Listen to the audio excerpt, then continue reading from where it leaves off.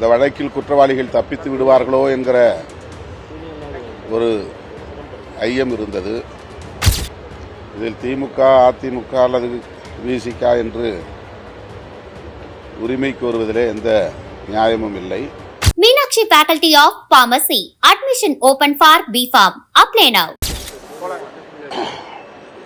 பொள்ளாச்சியில் நடந்த கூட்டு பாலியல் வல்லுறவு குற்றச் சம்பவம் தமிழ்நாட்டுக்கே ஒரு களங்கத்தை ஏற்படுத்திய செயலாகும். இதுபோன்ற கூட்டு பாலியல் வல்லுறவு குற்றங்கள் இனி தமிழ்நாட்டில் மட்டுமல்ல இந்தியாவில் எந்த மூலையிலும் நடக்கக்கூடாது என்கிற அளவுக்கு இந்த தீர்ப்பு அமைந்திருக்கிறது. இந்த தீர்ப்பை வழங்கிய நீதிபதி அவர்களுக்கு என்னுடைய பாராட்டுகளை, வாழ்த்துக்களை தெரிவித்துக் கொள்கிறேன்.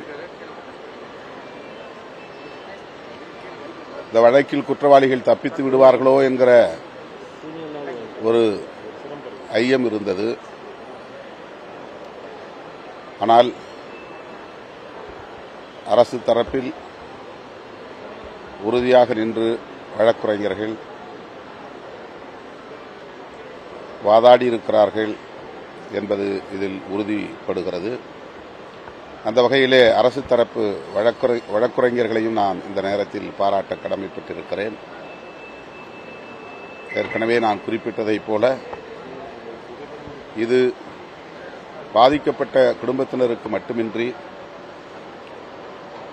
பாதிக்கப்பட்ட பெண்களுக்கு மட்டுமின்றி, மாந்தநேயமுள்ள அனைவருக்கும்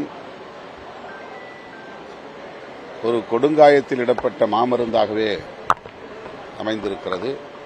அந்த வகையில் இந்த தீர்ப்பை நான் வரவேற்கிறேன், பாராட்டுகிறேன். இந்த வழக்கில் நாங்கள் தான் முதல் நடவடிக்கை எடுத்தோம், குற்றவாளிகளை கைது பண்ணோன்னு எடப்பாடி பழனிசாமி கிரெடிட் எடுத்துக்கிறாங்க. அதை எப்படி பார்க்குறீங்க?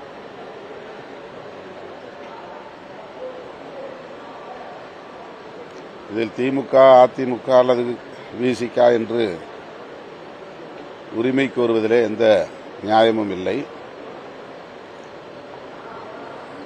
சான்றுகள் வலுவாக இருந்தன. குறிப்பாக செல்போன்கள் மற்றும் இதர சமூக வலைதளங்களில் அவர்கள் பதிவு செய்த தடயங்கள் இந்த தண்டனைக்கு ஆதாரங்களாக இருந்தன.